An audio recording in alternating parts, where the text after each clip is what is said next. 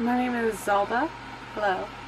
What got me into modeling was getting discovered as a go-go dancer at Ground Zero at first, and I kind of did some kimbaku modeling, which is Japanese therapy rope bondage, and from there it just kind of evolved into different situations and scapes.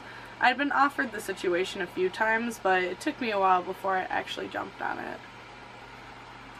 I want to be a model because I feel it will open up a new area in my life of networking and connecting and being able to meet people with similar interests and ideas that I can be able to brainstorm better with than where I am currently, and it's already proven to be that way, so I'm excited to see what the future may hold.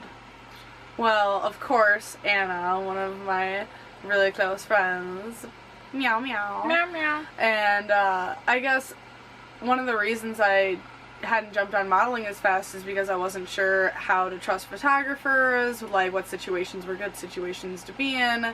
But when she reached out to me, I personally knew that this was a good situation. This would, lead to something bigger and better. It wasn't just a dead-end spot, and it wasn't anything to be worried about. So that level of comfort added to arriving to HootRide definitely made it easier to just kind of meld into it.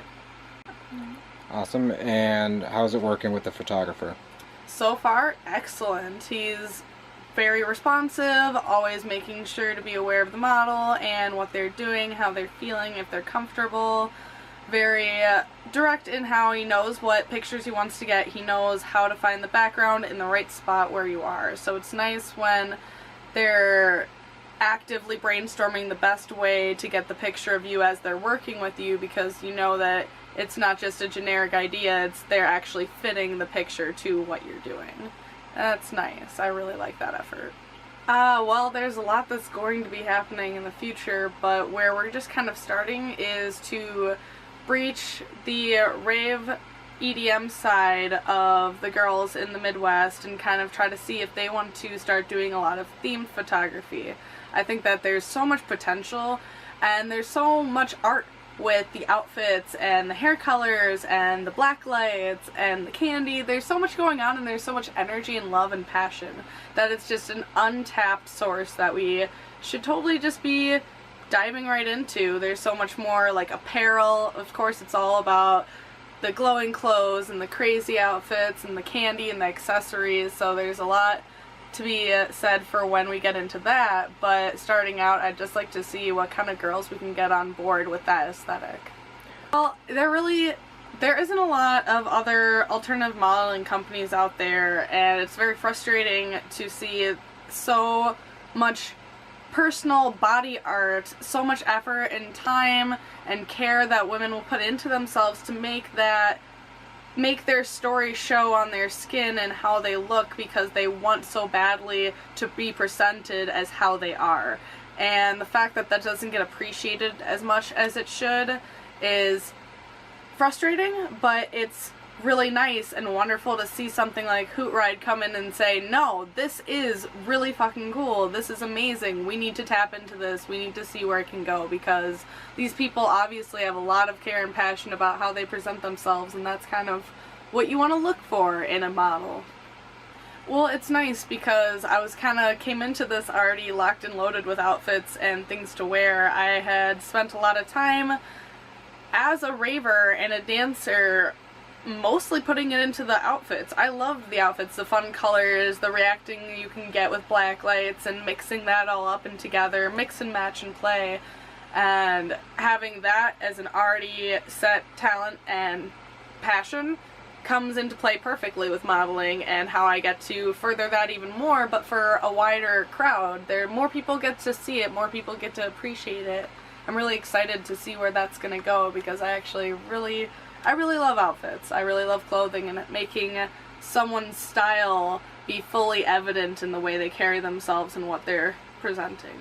I guess the most challenging part is keeping it all scheduled and together, because neither of the jobs I'm working right now have a schedule that's set in stone, the structures and there, you have to make it yourself. So that's probably the biggest challenge I'm facing, but it's better at the end of the day because that gives me a better handle on how I'm controlling my own life and making my own progress. Probably in the flow with the photographer, when I was doing Kimbaku modeling, it was difficult to coordinate, you know, the person tying you and then the photographer and getting the poses just right. So you end up kind of forgetting about one or the other. You're more focused on the tying or you're more focused on the posing, and if you go too far in one or the other edge, you're going to tip, and I ended up forgetting to hold one of my arms upright, and a knot slipped, and I ended up freaking out because it had gripped too hard, and I scared the photographer, and they were like, you know, you really gotta make sure that if something goes wrong, you don't freak out. You just go with the flow, just let it happen, someone will figure it out. And that's one of the things I gotta actively remind myself. If I slip and fall, just go with the fall. Do you do squats?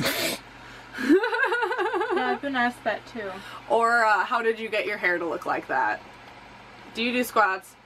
How did you get your hair to look like that? And did you make that yourself?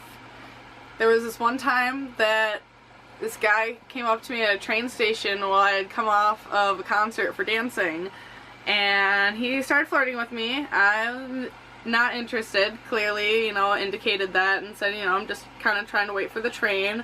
And he's like, oh, that's too bad, why do you want to talk to me, baby, you're cool, and he just grabs my butt. That's a problem. I solved it by flipping him over my shoulder onto his back. The advice I guess I wish I would have been given when I had started all of this would be, let the bad days happen, don't fight them. It's part of how you build your confidence and kind of figure out what your specific field to be able to handle what you're doing is, because everyone does it differently, and the more you try to fight it and try to just work and be like, no, I'm just doing this wrong, I just need to, like, not screw up as much as, no, you just need to let it happen so you can learn to do it right, because you're not going to figure it out just by stopping yourself. You got to keep going through the motions and keep making it happen and keep going back at it, because eventually you're going to catch the right moment and it's going to make more sense.